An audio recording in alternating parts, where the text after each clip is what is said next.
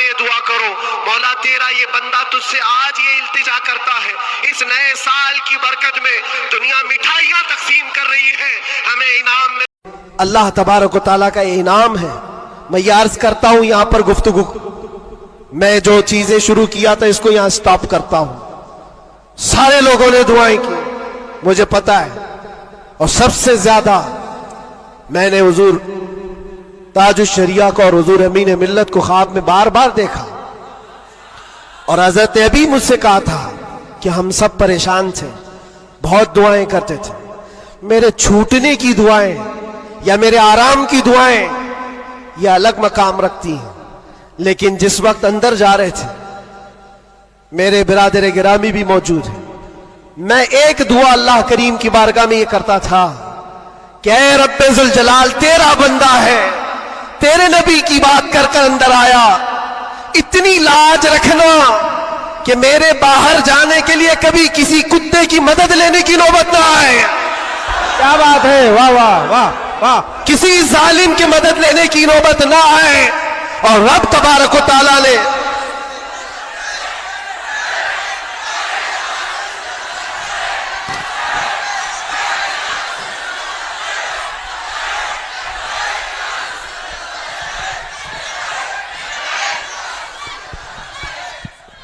اس بات کی وضاحت بھی کر دوں، بہت بڑی ذمہ دار شخصیت موجود ہے، میرے الفاظ کا میں ذمہ دار ہوں، جو کچھ کہہ رہا ہوں، اور لوگوں کو پھر یہ لگتا ہے یہ اتنا سب ہو جانے کے بعد پھر بھی کتا کہتے ہیں، یہ کتا کتا ان کی زبان پہ کیوں آتا ہے؟ میرے عزیزو یہ اب کوئی غیر قانونی بات نہیں، سپریم کورٹ کے جج نے بھی ہمارا ججمنٹ دینے کے وقت کہا تھا یہ کوئی ایسی بات نہیں ہے، ہیٹ سپیچ نہیں ہے، every dog has a day, ہر کتے کا ایک دن ہوتا ہے، ہم نے تو تھوڑا سا کہا تھا، انہوں نے بہت کہا ہے، تو یہ جو بھی میں کہوں گا اب سپریم کورٹ کے اعتبار سے کہوں گا، اور پھر میں ابھی تک تو کبھی وہ شعر کو دہرایا بھی نہیں، کیونکہ میں نے دیکھا ہے 5 سال کے 6 سال کے بچے سامنے کھڑے ہو کر کے وہی دہرا رہے ہیں، واہ واہ واہ، بلکہ میں نے تو یہ بھی دیکھا اندر قیدیوں کو جب بہت زیادہ تکلیف دیتا تھا کوئی تو کہتا تھا وہی بات، آج وقت ہے تمہارا، ہر جگہ پر کھانا صحیح نہیں مل رہا ہے تو بھی وہ قیدی ہی پکار کر کہتے تھے آج وقت ہے، آج وقت ہے۔ میرے عزیزو جتنا ہی تم دباؤ گے اتنا ہی وہ ابھرے گا، یا ہم اپنی تعریف کے لیے اپنے گھر کے لیے نہیں بولتے، ہم نے کبھی کسی کمیونٹی کو، کسی خاص دھرم کو یا کسی خاص مذہب کو نشانہ بنا کر کبھی نہیں بولا۔ ہاں میرا یہ مشن ہے کہ جو حضور پاک صلی اللہ تعالی علیہ وسلم کی عزت کے لیے انگلیاں اٹھائے گا تو ہم اس کا جواب دیتے رہیں گے، بے شک بے شک، اور اگر ایک آدمی کرتا ہے تو ایک کا جواب، 10 کرتے تو 10 کا جواب۔ اس کا مطلب یہ نہیں ہوتا کہ ہم پوری کمیونٹی کو بول رہے ہیں، پورے مذہب کو بول رہے ہیں، کسی قوم کو بول رہے ہیں، یہ تو پھیلائی گئی بات ہے، بہرحال وقت آنے کے بعد سب سمجھ میں آ جائے گی۔ آج جس چیز کے لیے یہ کانفرنس رکھی گئی ہے، تعلیمی بیداری کانفرنس، میرے عزیزوں یہ اتنی بڑی وقت کی ضرورت، میں آپ کو کیا بتاؤں، اسلام شروع ہی ہوا ہے اقرا کہتے ہوئے۔ سب سے پہلی آیت میرے نبی پاک پر جو اتری وہ کیا ہے؟ مسلمانوں اتنی تو بات یاد رہے، اقرا بسم ربک الذی خلق، قرآن کی سب سے پہلی آیت کیا ہے؟ بسم اللہ خانی کرائی گئی کہ نہیں کرائی گئی؟ تو پڑھے ہو نا، تو پڑھو اقرا بسم ربک الذی خلق۔ اقرا کا مطلب ہوتا ہے اے محبوب پڑھو، اے رسول پڑھو۔ دیکھو قرآن پاک میں بہت جگہ پر اللہ نے قل بھی کہا، کہو، لیکن جب سب سے پہلی آیت آئی تو اس میں کہا قل نہیں، اقرا، پڑھو اپنے رب کے نام سے۔ اور ایک بزرگ نے بہت اچھی بات کہی، یہ اس سے کہا جاتا ہے پڑھو۔ جبرائیل امین آئے حضور پاک صلی اللہ علیہ وسلم سے کہنے لگے اقرا بسم ربک الذی خلق، 3 بار تو حضور نے نہیں پڑھا تھا، صرف وہ اقرا اقرا کہہ رہے تھے. چوتھی بار جبرائیل نے کہا اقرا بسم ربک الذی خلق, پڑھو اپنے اس رب کے نام سے جس نے پیدا کیا. نبی پاک نے پڑھا, اور اقرا اس کو کہا جاتا ہے جو پہلے سے پڑھا ہوا ہو. اور نئے آدمی کو پڑھانے کے لیے کہیں گے کہو جیسے میں کہہ رہا ہوں, جیسے میں کہہ رہا ہوں ایسے کہو. اور بھی ایک بات جو حضور پاک صلی اللہ تعالی علیہ وسلم کے متعلق بہت ساری باتیں مستشرقین نے جو پھیلائی, وہ امی تھے. امی کا معنی کچھ نہ ہنجار لوگ ان پڑھ کرتے ہیں کہ ان کے رسول ان پڑھ تھے. ان پڑھ نہیں, امی کہتے ہیں جو کسی سے نہیں پڑھا ہوا ہو, بے شک اس کا استاد نہیں لیکن وہ سب کا استاد ہے. سبحان اللہ سبحان اللہ. اب ایک بات تو مجھے بتاؤ, قرآن کہتا ہے الرحمن علم القرآن خلق الانسان, 3 آیتیں. الرحمن رحمان اللہ رب العزت, علم القرآن اس نے قرآن سکھایا. تیسرے نمبر پر ہے خلق الانسان, اس نے انسان کو بنایا. مجھے ایک بات بتاؤ, رحمان دوسرے نمبر پر آئے تھے, اس نے قرآن سکھایا. تیسرے نمبر پر آئے تھے, اس نے انسان کو پیدا کیا. انسان کو پیدا کیا یہ تیسرے نمبر پر, قرآن سکھایا یہ پہلے دوسرے نمبر پر. جب انسان بعد میں پیدا ہوا ہے تو قرآن سکھایا کس کو؟ کیا بات ہے, واہ واہ. الرحمن علم القرآن, وہ رحمان ہے جس نے قرآن سکھایا پھر انسان بنایا. مفسرین فرماتے ہیں یہ جو انسان پیدا کیا اس سے مراد آدم علیہ السلام ہے, اور قرآن سکھایا اس سے مراد محمد رسول اللہ. سبحان اللہ. اور رب تبارک و تعالیٰ نے اپنے نبی کو اس وقت علم دیا ہے جب ابھی آدم کو پیدا بھی نہیں کیا. معلم کائنات کی امت ہو میرے عزیز ہو, معلم کائنات کی تم امت ہو, اور جاہل رہنا تمہیں زیب دیتا ہے. اس رسول پاک کی امت ہو جس نے پوری کائنات کو علم کا انقلاب دیا ہے. علم کا انقلاب. جب حضور پاک صلی اللہ علیہ وسلم مدینہ طیبہ تشریف لائے تھے, 6 لوگوں کو صرف لکھنا آتا تھا. قلم پکڑنا کتنے لوگوں کو آتا تھا؟ 6 لوگ. 10 سال کا عرصہ گزرا حضور پاک صلی اللہ علیہ وسلم کی وفات کے وقت 80,000 لوگوں کے ہاتھوں میں قلم تھا. سبحان اللہ سبحان اللہ. یہ انقلاب زندگی بھر کا کوئی ٹیچر بھی نہیں کرتا. وہ رسول پاک صلی اللہ تعالی علیہ وسلم نے علم کا عظیم انقلاب پیدا کیا تھا. اور اس رسول کی امت اگر جاہل ہو تو کیسے زیب دیتا ہے.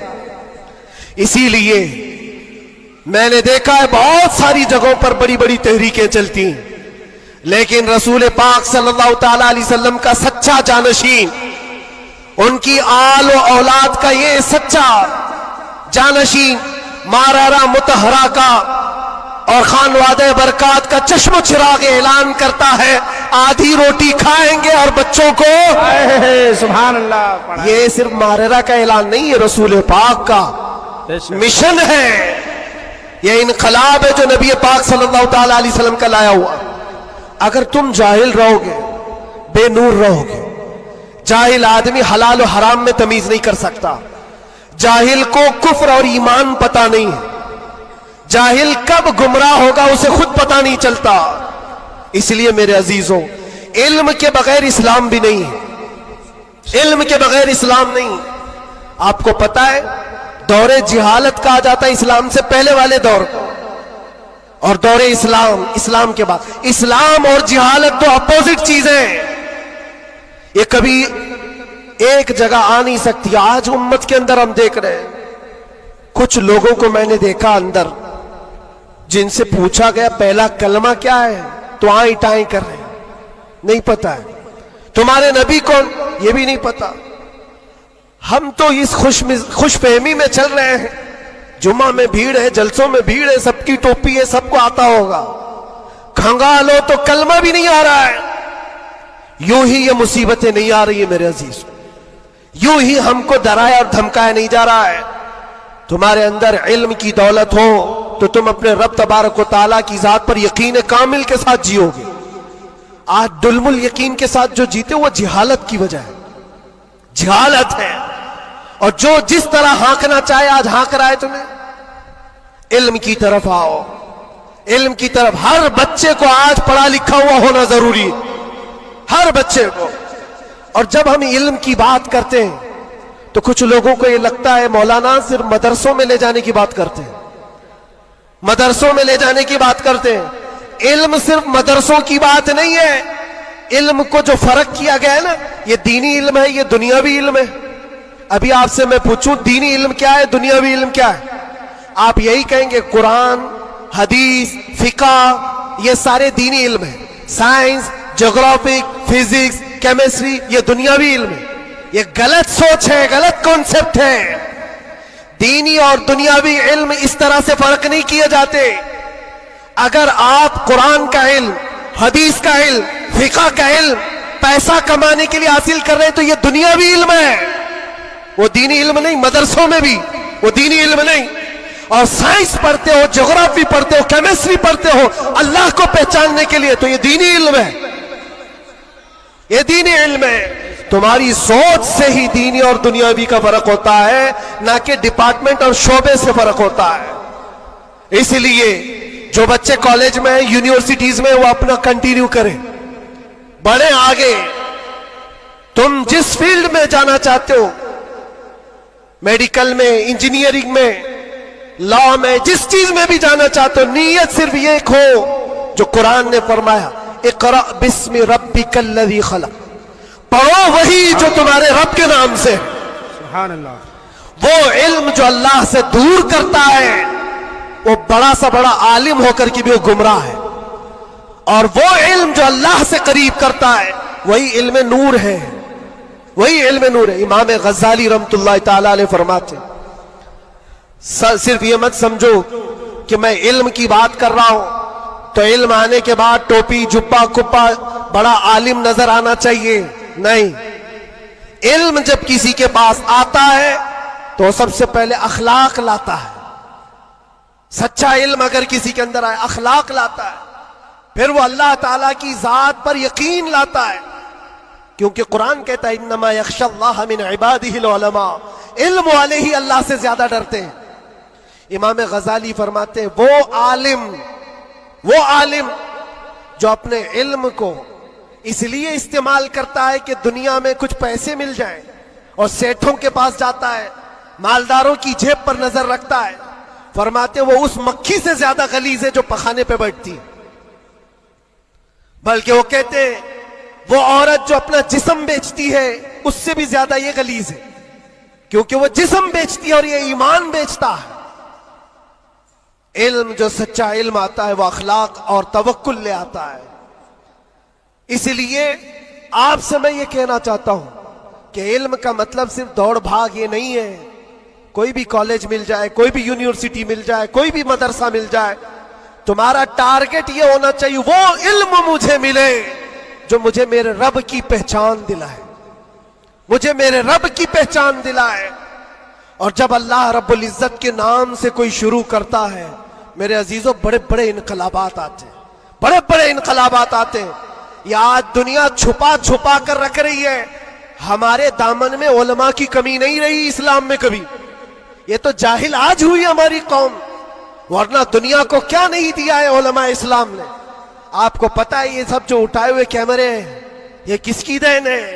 سب سے پہلے ابن الہیثم نے یہ کیمرے کی ایجاد کی تھی اور اس کی تھیوری بھی بنائی تھی اپنی آنکھوں کے لینس سے. دنیا کو اڑنے کا طریقہ دینے والا عباس بن فراس سب سے پہلے پلین بننے سے بھی پہلے اڑ کر کے ایک مینارے سے پیراشوٹ کا تصور دینے والا، ایکس رے کا تصور دینے والا عالم اسلام ہے. خوارزمی نے گھڑی کا تصور دیا ہے. الجبرا اسلامی علماء نے تمہارے سامنے رکھا ہے. آج جو یہ ہند سے لکھے جاتے ہیں 1 2 3، یہ عادات کہاں سے آئے؟ اسلامی علماء نے اس کو ایجاد کی. ایجادات کی ایک لمبی فہرست ہے. آج بھی کیلیفورنیا یونیورسٹی کے اندر، امریکہ کے اندر طب میں، میڈیکل میں اور بچوں کی سرجری پر جو لکھی گئی سب سے پہلی کتاب ابو علی سینا کی ہے. القانون آج بھی رکھی ہوئی ہے. پوری دنیا کو سرجری سکھانے والے، پوری دنیا کو میڈیکل لائن میں لانے والے اسلامی علماء ہیں. بچوں کے امراض پر سب سے پہلی لکھی جانے والی کتاب علماء اسلام کی ہے۔ کون سا میدان ہے جس میں میرے نبی کے غلاموں نے بازی نہیں ماری ہے؟ سب جگہ ہے، بس بات آ کر کے یہاں رکتی ہے جس کو اقبال نے کیا سچے الفاظ میں کہا ہے، ان کے جو ہم غلام تھے خلق کے پیشوا رہے۔ سبحان اللہ۔ خلاصہ یہی ہے، ان کے جو ہم غلام تھے خلق کے پیشوا رہے، ان سے پھرے جہاں پھرا پھرائی کمی وقار میں۔ یہ ڈور جو کٹی ہے تمہاری یا دھیمی ہوئی ہے، یہاں سے عزتوں میں کمی آئی ہے۔ پڑھنا لکھنا تم نے بند کر دیا، نہ ادھر کے ہے نہ ادھر کے ہے۔ میرے عزیزوں، نہ مدرسوں کا علم رہ گیا نہ اسکول کالج کا علم رہ گیا۔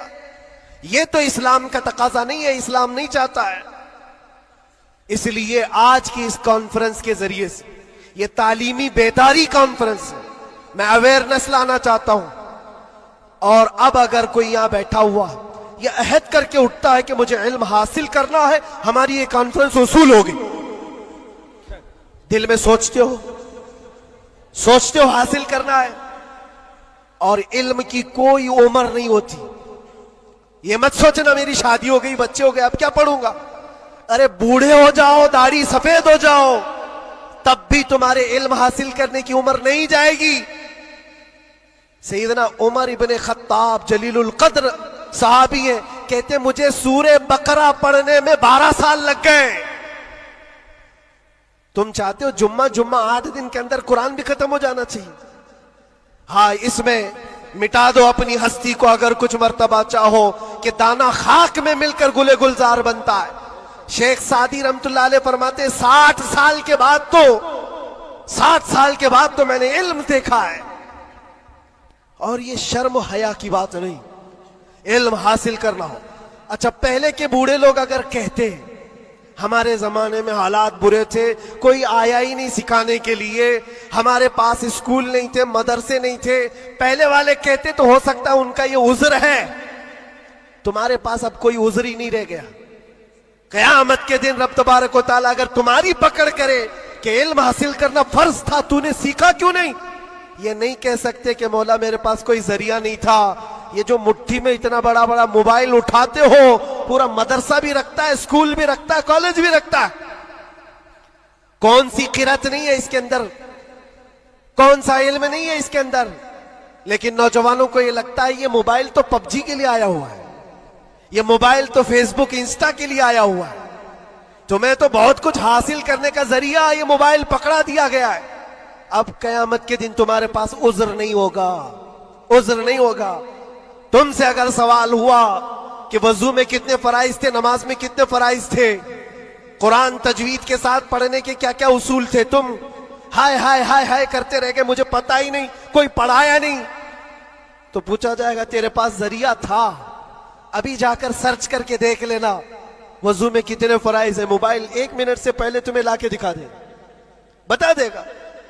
ہاں، زیادہ سے زیادہ کیا ہوگا، کنفیوژن، کیا میں نے سرچ تو کیا ہے وضو میں کتنے فرض، اب آ تو گیا جواب، لیکن یہ پتہ نہیں چل رہا ہے یہ اپوزیشن کا ہے کہ ہمارا ہے۔ اس کے لیے تو علماء بیٹھے ہوئے ہیں، اتنا پوچھ سکتے ہو کہ حضرت میں نے ریسرچ کیا ہے، یہ ساری چیزیں تو مجھے مل گئی۔ حضور پاک صلی اللہ علیہ وسلم کے لیے میں نے سرچ کیا، حضور کی عمر کتنی تھی، حضور کے ازواج کتنے تھے، حضور کی اولاد کتنی تھی، حضور پاک نے مکے میں کتنے دن گزارے، مدینے میں کتنے گزارے، کتنے غزوات میں حضور شریک ہوئے، سب میں نے سرچ کیا ہے، مجھے جواب ملا ہے۔ اس پر پورا یقین کرنے سے پہلے کسی عالم اہل سنت کے پاس آ جاؤ اور کراس ویریفیکیشن کرنا، بس اتنا ہی ذمہ داری، کیونکہ مولانا لوگ بھی تو جان چھڑاتے ہیں۔ بھائی ٹائم نہیں ہمارے پاس، کتنا پڑھائیں گے تم کو، صبح بھی دوپہر میں بھی، تمہارے اپنے الگ ٹائم ہے، ان کے الگ ٹائم ہے، تو ان سے کہو ہم آپ کے پاس گھنٹہ بھر پڑھنے کے لیے نہیں آ رہے، صرف اتنا بتا دو یہ جو میں نے سرچ کیا ہے یہ صحیح ہے کہ نہیں۔ اتنا تو کوئی بھی عالم دین تمہارے ساتھ تعاون کر سکتا ہے، آج سے کریں گے انشاءاللہ۔ 2025 تمہارا پورا سیرت مصطفیٰ پڑھنے میں گزرنا چاہیے، گزرے گا انشاءاللہ۔ اس بات کو آج طے کر کے اٹھو کہ میں میرے نبی کا غلام ہوں، تو میں پہلے یہ پڑھوں گا کہ میرے نبی کب پیدا ہوئے، اس وقت حالات کیا تھے؟ حضور پاک صلی اللہ علیہ وسلم کا بچپن کہاں گزرا؟ حضور پاک نے پہلی شادی کہاں فرمائی؟ حضور پاک صلی اللہ علیہ وسلم کی اولاد کتنی ہوئی؟ نبی پاک صلی اللہ علیہ وسلم کے صحابہ میں جلیل القدر کون ہے؟ حضور مکہ میں کتنے دن گزارے؟ مدینے میں کتنے گزارے؟ کون سی جنگوں میں شریک ہوئے؟ کون سی جہاد میں، کون سی جنگ میں حضور پاک کے دندان مبارک شہید ہوئے؟ کون کون سی مصیبتیں حضور نے اٹھائی اور کیا کیا دعائیں امت کے لیے کی؟ یہ سب تمہارے حصے میں آنا چاہیے۔ میرے عزیزو، ایک بات مجھے یاد آتی ہے، ایک نوجوان کا کردار بڑا عجیب تھا۔ میلاد کا دن تھا 12 ربیع الاول، شاید میں نے یہاں دہرایا ہو یہ بات۔ میں ٹرین سے اتر رہا تھا، ایک نوجوان مجھ سے کہنے لگا، حضرت میں چاہتا ہوں کہ آج حضور کی بارگاہ میں کوئی اچھا تحفہ پیش کروں۔ صاحب جھنڈے، کمکمے، مٹھائیاں سب لگا کر کے تو تحفے پیش کرتے۔ اس نے کہا میں کچھ ایسا کرنا چاہتا ہوں حضور پاک صلی اللہ تعالی علیہ وسلم کو خوشی ہو۔ میں اتر رہا تھا، اچانک ذہن میں یہ بات آئی، کہا اللہ کے نبی کے اخلاق یہ تھے کہ وہ بوڑھوں کی مدد کرتے، ان کا بوجھ اٹھاتے تھے۔ مکہ میں حضور مشہور تھے اس بات پر۔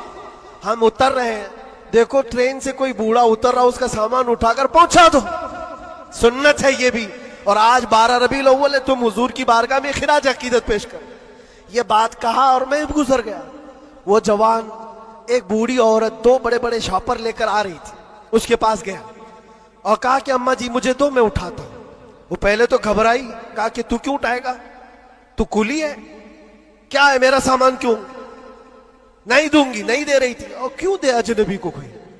اس نے اصرار کیا، اماں جی دے دو دے دو، اٹھا لوں گا۔ کہا اتنا کیوں کہہ رہا ہے بیٹا، تو سامان لے کے بھاگنا ہے، کیا کرنا ہے؟ اس نے صاف صاف سمجھا دیا، اماں جی بات یہ ہے آج 12 ربیع الاول کی تاریخ ہے، ہمارے پروفٹ محمد صلی اللہ علیہ وسلم کا جنم دن ہے، اور ان کی عادت تھی کہ وہ بوڑھے لوگوں کا بوجھ اپنے ہاتھ اٹھاتے تھے، اور میں چاہتا ہوں کہ ان کا عمل دہراؤں، ان کے اخلاق پر عمل کروں اور میں ان کی روح کو خوش کروں۔ بوڑھی کے دل میں بات آ گئی، کہا لے لے بیٹا، تو تیرے نبی کی بات کر رہا ہے، آج تمہارا کوئی تہوار کا دن ہے، یہ کرنا ہے تو کرو۔ وہ شاپ پر لے کر کے گیا، اس کو جہاں تک پہنچانا تھا پہنچایا۔ یہ بات آئی گئی، گزر گئی۔ ہم بھی تو سوچتے ہیں کہ چھوٹی سی بات ہے۔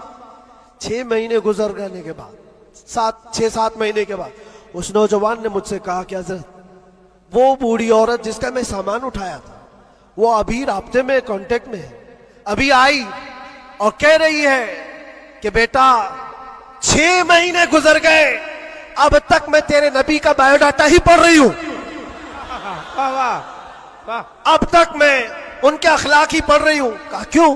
کہا تیرے اس عمل نے مجھے اتنا متاثر کیا کہ اس زمانے کا کوئی جوان، ارے میرے بیٹے میرے پوتے نہیں آئے مجھے لینے، کسی اور کا بیٹا میرا سامان اٹھا رہا ہے، اس کے اندر اتنا اثر کہاں سے آیا؟ اور جب تو نے بتایا یہ تیرے نبی کے عمل ہے، میں نے سوچا کہ اس نبی کو کیوں نہ پڑھوں۔ پڑھتے پڑھتے میں اس مقام پر پہنچ گئی، بتاؤ تیرا نبی کہاں ہے، میں بھی جاؤں غلامی میں شامل ہو جاؤں۔ واہ واہ واہ واہ، سبحان اللہ۔ تمہارے اخلاق سے انقلاب آ سکتا ہے، تمہاری عادات سے انقلاب آ سکتا ہے، لیکن جب تم خود سیرت نہیں پڑھنا چاہتے تو دنیا تو پھر یہی تانے دے گی کہ یہ آتنکوادی ہیں، یہ دہشت گرد ہیں، ان کے منہ پر تھپڑ مارنے کا طریقہ یہی ہے۔ ہم تمہاری سرٹیفکیٹ کے محتاج نہیں ہیں، ہم تمہارے بولے جانے سے کچھ بھی پرواہ نہیں کرتے، تمہیں اپنے نبی کے اخلاق کر کے دکھانا ہے، کر کے دکھانا ہے، نفرت نہیں۔ حضور پاک صلی اللہ تعالی علیہ وسلم سے اگر محبت ہے تو اٹھو اور علم کو عام کرو، اور حضور کی سیرت پڑھنے کے بعد تمہارا دل کشادہ ہو جائے گا، ذہن وسیع ہو جائے گا، سوچنے کی طاقت بڑھ جائے گی۔ اس لیے کہ سن سن کر کے ماننا اور ہے، جان کر کے ماننا اور ہے۔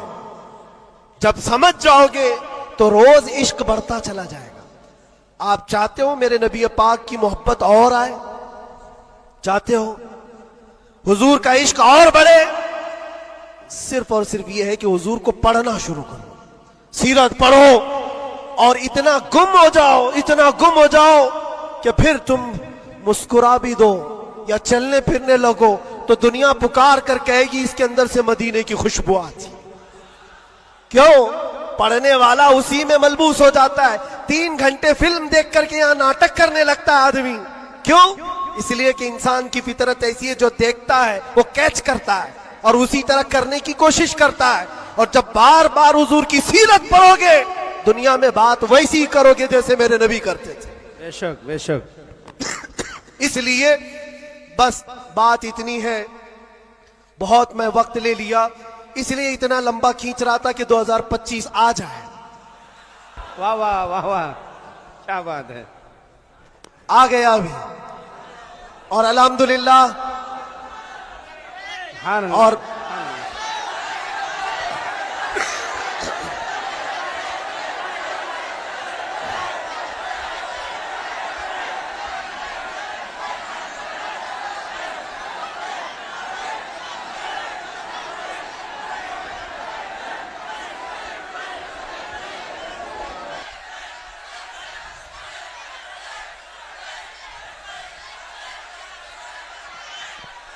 اللہ تبارک و تعالی اس آنے والے سال کو ہم سب کے لیے خیر و برکت والا سال بنائے، بلا اور مصیبتوں سے اللہ ہم سب کو نجات رکھے، اور اس پورے سال کو اللہ تعالی ہم سب کے ایمان اور عقیدے میں جلا عطا کرے۔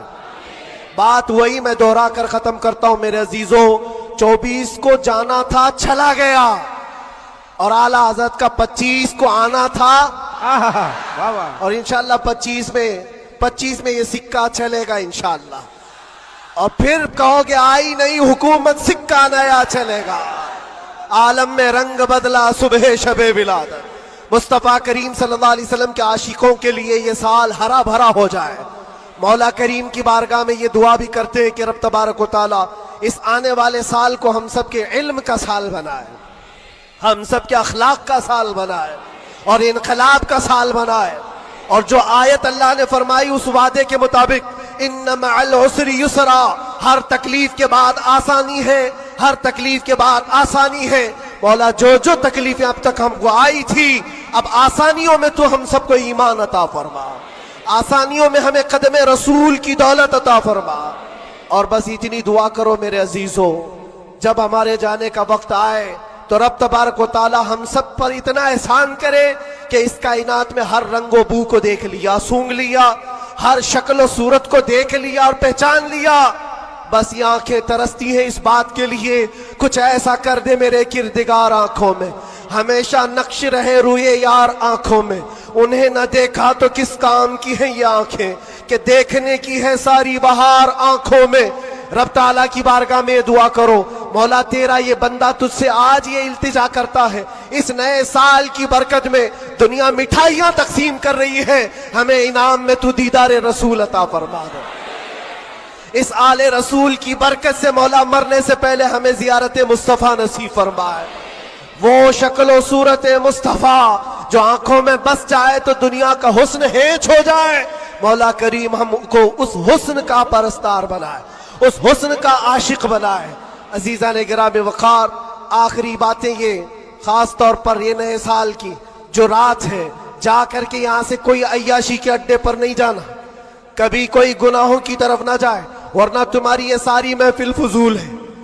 تم نے سال کا آخر بھی اللہ کے ذکر میں بنایا ہے، اور سال کا شروع بھی اللہ کے ذکر میں ہے۔ 12 سے پہلے بھی اللہ کا ذکر کر رہے تھے، 12 کے بعد بھی تم نے سال کا آخر بھی محفل رسول میں گزارا، سال کی ابتدا بھی محفل رسول میں گزاری، اور ہو سکے تو کل روزہ رکھ لینا، جس کو طاقت ہو رکھ لینا، نفل ہے، تاکہ سال کی ابتدا اللہ کے اس روزے سے ہو، اور اللہ کریم اس روزے کی برکت سے ہم سب کا پورا سال اچھا کرے۔ یہاں سے کوئی اڈوں پر تو نہیں جائے گا انشاءاللہ، کوئی اگر جا بھی رہا ہو تو اس کو روک لینا۔ آج کی رات دنیا عیاشیوں کے اڈے سجائی ہے، رات بھر یہاں پر شراب عام ہو چکی ہوگی، زنا اور کلب اور بار سب سج گئے ہوں گے، لیکن کیا یہ تمہارے لیے اللہ کا احسان اور انعام نہیں ہے کہ ان کروڑوں میں سے اللہ نے اٹھا کر تمہیں اپنے گھر میں بٹھایا؟ اور ایک بات یاد رکھو، ایک بات یاد رکھو، مجھے کسی سے ملنا ہے تو دن میں مل لیتا ہوں، ٹائم کب دیتے ہیں؟ دوپہر میں آ جاؤ، شام میں آ جاؤ، لیکن کوئی خاص ہوتا ہے تو ہی رات کے 12 بجے ملتا ہے۔ بہت رات میں خاص لوگوں سے ہی ملنے کا موقع نکالا جاتا ہے، ورنہ تو سب کو ٹرکا دیا جاتا ہے.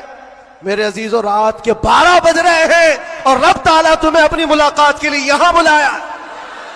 یہ بخشش کے لیے بلایا گیا ہے, یہ رحمت کے لیے بلایا گیا ہے. تو یہاں سے جھولیاں بھر کر کے جاؤ, اور دعاؤں کی قبولیت کے لیے مستجاب الدعوات شخصیت ہمارے پاس ہے. رسول پاک صلی اللہ تعالیٰ علیہ وسلم کی آل موجود ہے. اور یقیناً آج کی محفل پر میں دیکھ رہا ہوں یہ جو رنگ جمع ہوا ہے, یہ جو بھیڑ ہے, یہ ضروری نہیں صرف انسانوں کی بھیڑ ہے, یہ ضروری نہیں ہے کہ صرف لوگوں کی مدن پورہ والوں کی بھیڑ ہے.